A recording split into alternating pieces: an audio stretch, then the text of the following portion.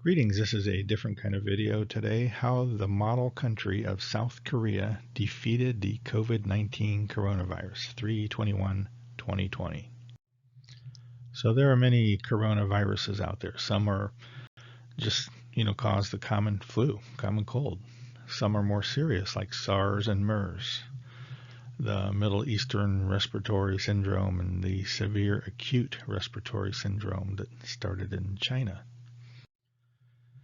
The coronavirus that the world is fighting now started in Wuhan, China. And this is the guy that discovered it. The coronavirus, initially called 2019N for Nouveau, COV, CO for Corona, and V for virus, was discovered by this guy, Dr. Li Wenliang. Dr. Li wasn't an emergency room doctor or an ICU doctor. So you got to wonder how he even discovered this virus. He's an ophthalmologist. He's the eye doctor, eye surgeon. But he noticed patients in this hospital were dying, and he started to investigate. What he discovered was that, a lot of patients were getting a virus and dying very quickly. And he went public about it, warning people that a new virus was discovered in Wuhan and that patients were dying from it. And immediately, he got arrested and detained. They arrested 6 people, I think, and he was one of them. And he's probably lucky he got to go home. He got off with a warning and, a lecture about the communist way, and, you shouldn't spread rumors, and you'll be dealt with in a, we'll lock you up for life or execute you if you do it again, basically. We don't know what they said to him, but they threatened him to not do this again. So he was released. But soon it became apparent that he was right. There was a new virus, and it was infecting people, and it was killing more people than the flu or anything else. So he later developed a case of what is known now as COVID-19, and he was put into the ICU. And he took pictures of himself saying, "Here I am. I'm a victim. I've been in the hospital long enough, and didn't have the right protection." The mask, the picture on the right shows him with 2 masks on. One is a regular surgery mask. That basically protects the patient from you dripping, drooling in front of him or sneezing. And then the green mask is a 3M surgical mask. So he's wearing 2 masks there. But he still got infected, and he's still in the ICU. And then he died. He died in the ICU. So what's really alarming about this is, he was already, a national hero.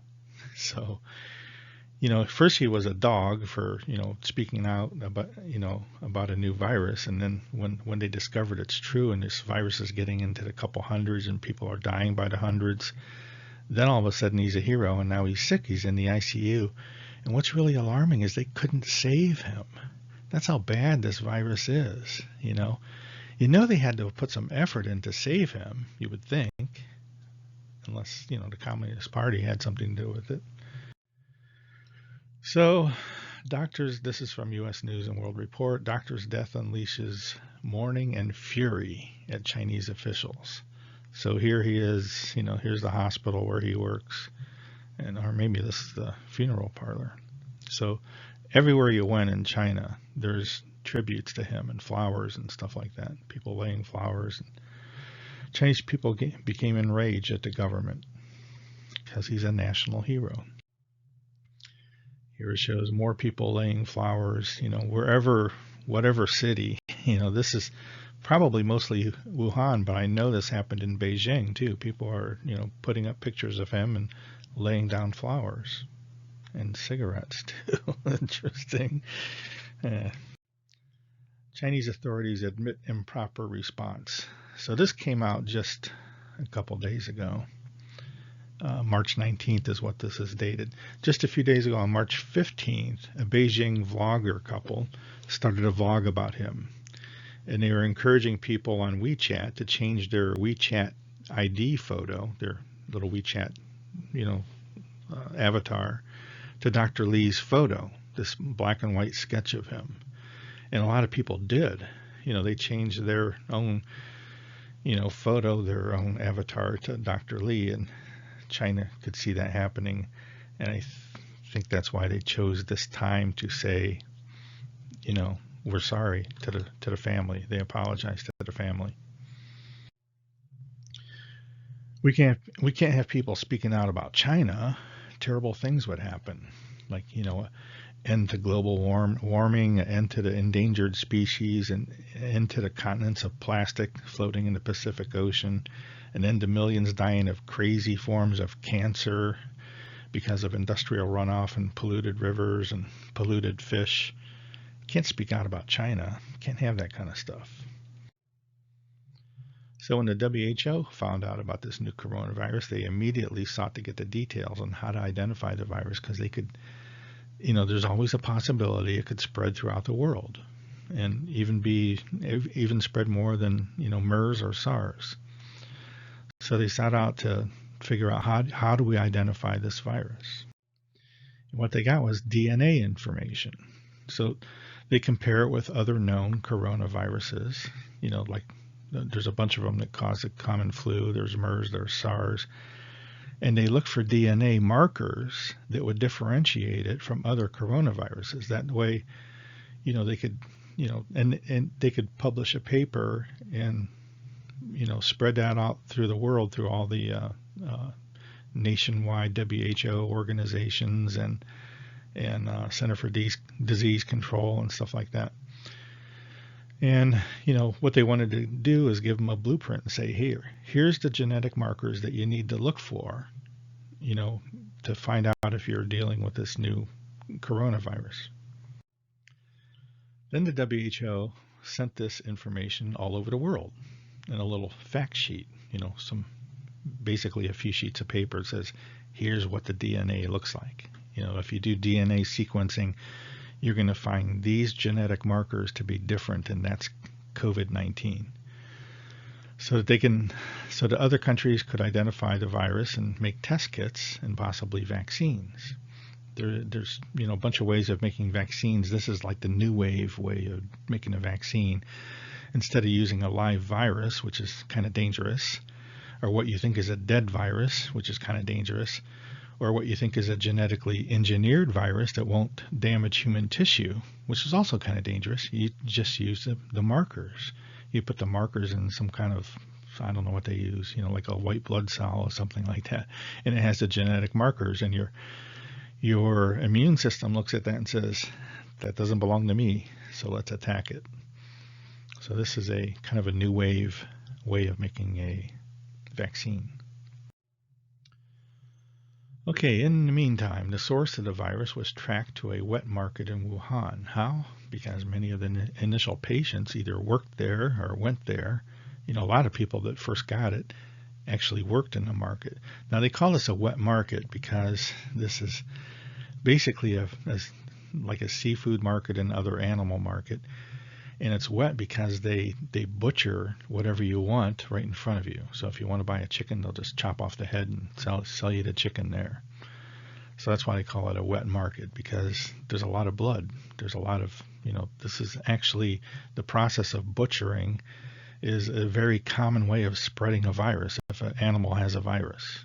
So anyways, they tracked this stuff back to this specific market in Wuhan, a wet market in Wuhan. So what did the world do with this WHO genetic marker information?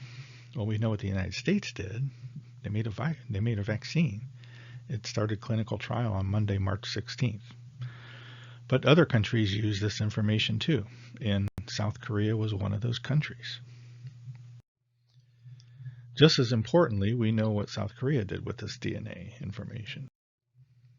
South Korea got busy.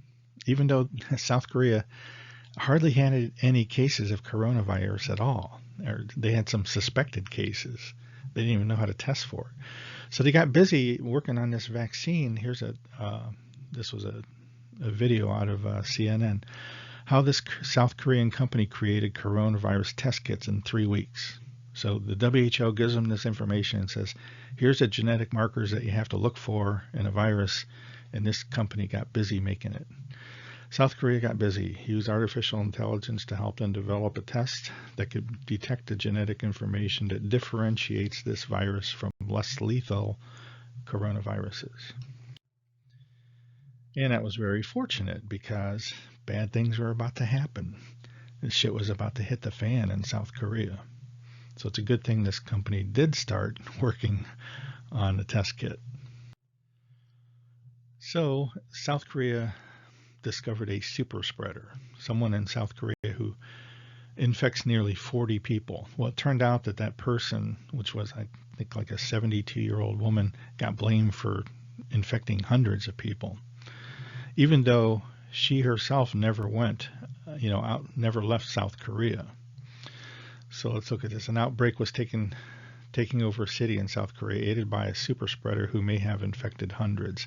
This is in Daegu, southeastern South Korea, fourth largest city in South Korea. So Daegu got put on a lockdown as the coronavirus outbreak is traced to a secret cult. So this is actually a Christian church, but it's also a cult. It's a doomsday cult. Nobody really knows anything about it because it's a secretive place. South Korea begins locking down city with coronavirus outbreak linked to church, and that's the only lockdown that they did all over South Korea. But obviously all of their initial cases were down here in Daegu, and unfortunately the U.S. Army base for South Korea is also located there. And not only that, it's located maybe, 10 buildings away. I saw the photos are, a couple thousand feet away from this church. And the church is pictured on the left. It's kind of a high-rise building, and it's all confined, all these people in the same building. Then it came out that followers of this doomsday church were in Wuhan until December. This church has over 1,000 locations and 450,000 members. It's a big thing. It's got churches all over South Korea. So they're in Wuhan recruiting new members in December. And, the WHO came out and announced their biggest concerns on the planet are South Korea, Italy, Iran, and Japan. Japan because of that Diamond Princess cruise ship that, one coronavirus incubator where, hundreds and several hundred people on the ship were infected, and also most of the crew. And on the right you can see a wedding, South Korean wedding. Hopefully they took a picture without the mask too, but this is what life in South Korea was getting to look like. These people might be in Seoul, they might be in a city that wasn't even infected. So South Korea took a play out of the Chinese playbook and had the army come in and disinfect things. So you can see upper left-hand corner, there's 3 army trucks driving by a street, and I don't know if this is in Daegu. I'm trying to read the fine print here. But the street behind him is wet. It looks like it rained. And in the bottom left picture, the army, these are army guys walking by with handheld or, pumps, manual pumps with disinfectant on their backs, and, holding out sprayers and spraying down everything. And in the middle picture, there's pictures of people in front of that church spraying down stuff. And, right now, the other lower right picture, 96 new cases, and there's 7,000 already. So South Korea went from like hardly any cases to several thousand in just a matter of a few days, for like 4 or 5 days. And on the right, 600 new cases, 3 more deaths, and they're spraying down some kind of, road, alley, something. And then about this time, guess what? The tests are ready. So South Korea goes crazy with tests. How South Korea scaled coronavirus testing while the U.S. fell dangerously behind. South Korea's coronavirus testing far ahead of the U.S. could be saving lives. They invented this, they're testing 15,000 people a day. And they're testing people in hospitals, But instead of just relying on that, they just have drive-through areas where people, if you want a coronavirus test, come to this road. We got a little drive-through station set up here, and we'll test you in your car. You just give us your driver's license. We'll scan it. We'll take a swab of your mouth, and we'll send you some information as soon as the test comes back, which only incidentally takes, a couple hours. So, South Korea invented this drive-by testing. So, gotta hand it to these people. They're going to come up with a lot of really good ideas. What else do they have? Guess what? The apps are ready. So, these are apps that, if you want to know who around you has coronavirus, well, get out your app, turn it on. It'll show you a little graphic and show you where these people are and where they have been. You look at the picture on the left where the zigzag red lines show you where this person who was infected went, all over the city. All you have to do is avoid them. And on the right is another app. So, both of these are very popular apps now. There's also a lot of apps in China. I don't know who came out with what first. This wouldn't be a far reach for China to do because of WeChat. It already does stuff like this. You can track friends and stuff like that. And this, South Korea has yet to lock down any areas outside of Daegu. Up on the left, coronavirus, South Korea's infection rate falls without citywide lockdowns. There's no lockdowns, if anything. People they've done such a great job of testing and spraying down the community so you don't get community sickness that there's hardly any new cases. There's only been like 100 cases a day, and they have several thousand. Some of these other countries have several thousand new cases a day. Some of them even have several hundred new deaths a day. So South Korea has yet to lock down any areas outside of Daegu, and when they do quarantine someone, they pass out quarantine kits, food, water, masks, and a box full of goodies, like toothbrushes and hand sanitizer and soap and shampoo and stuff like that. So they've really got it together. They spend a lot of money on this stuff, a lot of money on disinfectant, spraying, and, money on tests and, these little kits. So what else did South Korea do? They have almost 9,000 cases and less than 100 deaths. So how did they do that? Some kind of magic? They discovered Coletra, a pill with a malaria drug and an AIDS drug from the US of A. So, this is weird that President Trump today talked about this anti-malaria drug that's, he said, I'm its biggest supporter. Coletra is an anti-HIV and an anti-malaria drug. It has two drugs in it, lopinavir and ritonavir. Those are both approved. No, I'm sorry. They're not. Ritonavir is not approved to. Neither one of them is approved to use with coronavirus. But both of them are. Lopinavir is the anti-malaria drug, and it's approved by the FDA, and it's been in use for a long time. Ritonavir is the drug that they gave the first American in Seattle, who was a pretty young guy. I think he was 35 years old, a Chinese American that went to Wuhan, and he came back and really went to a hospital too late. He was in pretty bad shape. He had he had pneumonia in one lung, and he was having trouble breathing. He was on a respirator. So they gave him ritonavir, and he was okay the next day. They didn't release him yet, but he was okay. The very next day, the only symptom he had was a cough.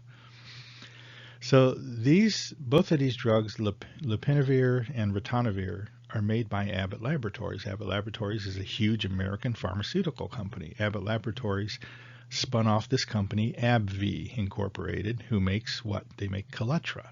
That's the magic drug that South Korea has been using. It's not approved by the FDA. I guess you could call this a clinical trial going on in South Korea, but that's why they only have 100 deaths. They've been giving this drug to everyone. Why doesn't everybody else do this? We don't know. Now South Korea is ready to share their expertise with the world. China and South Korea models seem to be the only way to contain COVID-19.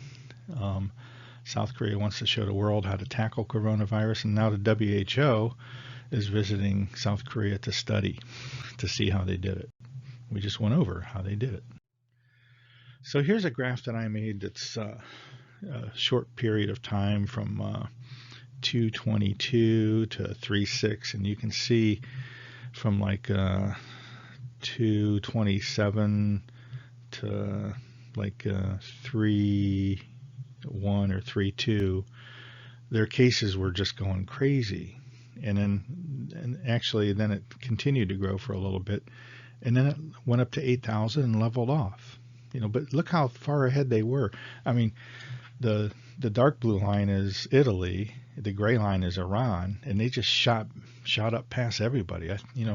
When I first read about the number of cases, I thought, man, it's going to kill everybody in South Korea. It's going at such a huge rate, while other countries aren't increasing at anywhere near that rate.